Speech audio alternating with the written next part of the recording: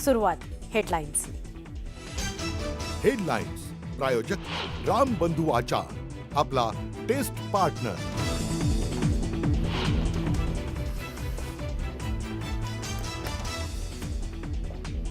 बीडच्या गेवराईमध्ये लक्ष्मण हाके यांच्या कारवर दगडफेक, तर हाके समर्थकांनी भिरकावली चप्पल.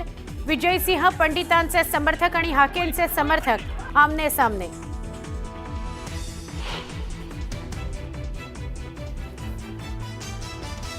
जरांगे मराठवाड्याच्या बोलीभाषेत बोलले, मात्र सत्ताधाऱ्यांनी नाहक गदारोळ केला.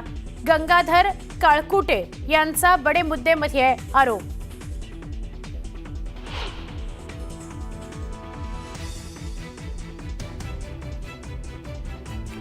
आश्वासनानंतर अखेर सदाभाऊ खोत यांचं ठिय्या आंदोलन मागे. सीएम कार्यालयातील अधिकाऱ्यांकडून बैठकीचं आश्वासन. बोगस गोशाळा कथित गोरक्षकांवर कारवाईबाबत सुरू होतं आंदोलन.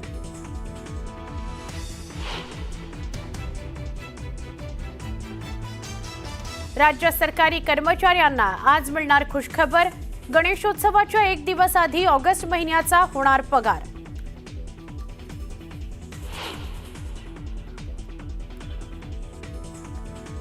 प्रांजल खेवलकर या प्रकरणात रोहिणी खडसेंच्या अडचणी वाढण्याची चिन्ह. पुरावे नष्ट केल्याच्या आरोपावरून रोहिणी खडसेंविरोधात गुन्हा दाखल होण्याची शक्यता.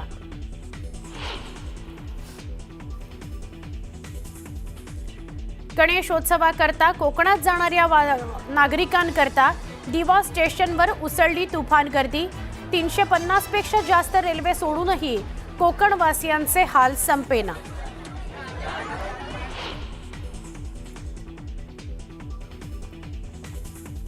नांदेड जिल्हा ऑनर किलिंगच्या घटनेनं हादरला.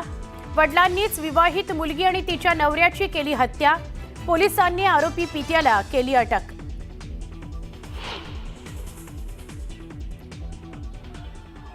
आणि गणेश गल्ली सार्वजनिक गणेशोत्सव मंडळाच्या मुंबईच्या राजाचा फर्स्ट लुक समोर, तर जीएसबीच्या श्रीमंत महागणपतीचं पहिलं दर्शन संपन्न.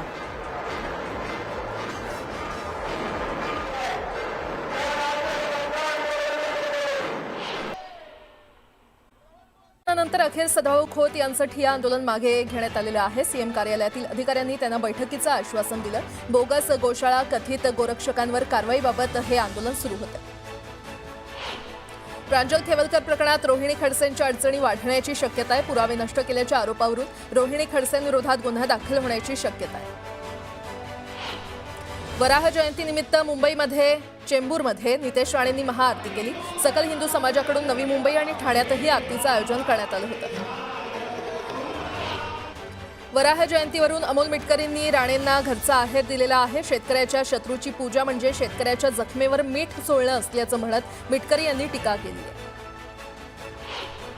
डीजे ऐवजी बाहेरगावचे बँड लावा, पैसे कमी पडले तर माझी बॅग उघडीच असल्याचं वक्तव्य मंत्री संजय शिरसाट यांनी केलंय. तर शिरसाट यांच्या विधानानं नव्या वादाला तोंड फुटण्याची शक्यता आहे. पुण्यात सदाभाऊ खोत यांना धक्काबुक्कीचा प्रयत्न झाला. न्यूज 18 लोकमतच्या कार्यक्रमात सहभागी झाल्यानंतर ही घटना घडली. खोत हे गोरक्षकांविरोधात भूमिका मांडल्यानं त्यांना धक्काबुक्की करण्यात आली. बीडमध्ये लक्ष्मण हाकेंच्या गाडीवर दगडफेक झाली. विजयसिंह पंडित यांच्या कार्यकर्त्यांनी ही दगडफेक केल्याची माहिती आहे. यामुळे आमदार विजयसिंह पंडित आणि हाकेंमधला संघर्ष पेटलाय. कोल्हापूरमध्ये पीएन पाटील अमर रहे अशी अजित पवार यांनी घोषणा दिली आहे. तर वी लव्ह यू दादा असं म्हणताच अजितदादा यांनी त्या तरुणाला आय लव्ह यू म्हणत प्रतिसाद दिला. हिंजवडीकडे लक्ष देण्याची विनंती सुप्रिया सुळे यांनी मुख्यमंत्री आणि उपमुख्यमंत्र्यांकडे केलेली आहे. हिंजवडी परिसरातील कामं तातडीनं करण्याची मागणी त्यांनी केली आहे. अन्यथा गणेशोत्सवानंतर आंदोलन करण्याचा इशारा सुळेंनी सरकारला दिलाय.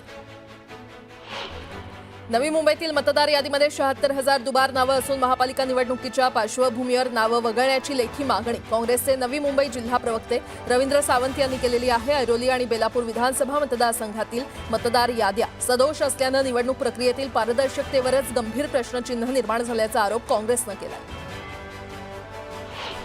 जरांगेने मुख्यमंत्र्यांच्या आईचा अपमान केल्याचा आरोप भाजप नेत्यांनी केलाय. फडणवीसांवर खालच्या शब्दात टीका खपवून घेणार नसल्याचाही इशारा भाजप नेत्यांनी जरांगेंना दिलाय. मुख्यमंत्री फडणवीसांच्या आईवर अपशब्द काढले नसल्याचं वक्तव्य जरांगे यांनी केलंय. ओघात बोललो असेल तर शब्द मागे घेतो असं म्हणत जरांगे यांनी स्पष्टीकरण दिलं. एक सविस्तर बातमी पाहूयात. बीडमध्ये आमदार विजयसिंह पंडित आणि हाकेंमधला संघर्ष पेटला. विजयसिंह पंडित यांच्या कार्यकर्त्यांनी लक्ष्मण हाकेंच्या गाडीवर दगडफेक केली. गेवराई तालुक्याचे आमदार विजयसिंह पंडित यांच्या विरोधात वक्तव्य केल्यामुळे संतापलेल्या पंडित समर्थकांनी ओबीसी नेते लक्ष्मण हाकेंचा प्रतिकात्मक पुतळा दहन केला. तर त्याला प्रत्युत्तर देण्यासाठी गेवराईमध्ये समर्थकांनी लक्ष्मण हाकेंच्या फोटोला दुग्धाभिषेक घातला. हाके बीडमध्ये येताच हाकेंच्या गाडीवर दगडफेक झाली. पंडित समर्थक आणि हाके समर्थकांनी यावेळी घोषणाबाजी केली.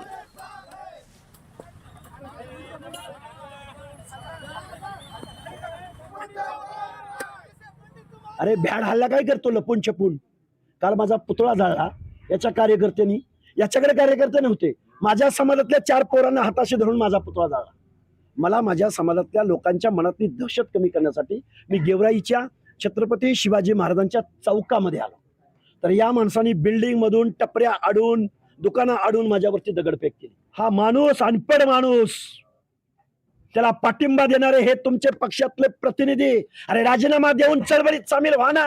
तो म्हणतोय मी तुझ्या गावामध्ये येऊन तुला घोडे लावीन, अशा पद्धतीची एकदम खालच्या पातळीवरची भाषा बोलतोय आणि कुणाला धमक्या दाखवतो, कुणालाही बोलतो. अजितदादांच्या बाबतीत तू वक्तव्य करतो, ह्याची लायकी काय, ह्याची पात्रता काय? मी जर म्हणलो असतो, जर मी हे केलं असतं तर त्याला त्या गेवराईच्या बीड जिल्ह्याच्या हद्दीत सुद्धा येता आलं नसतं. पुन्हा एकदा बातम्या पाहणार आहोत वेगवान स्वरूपात.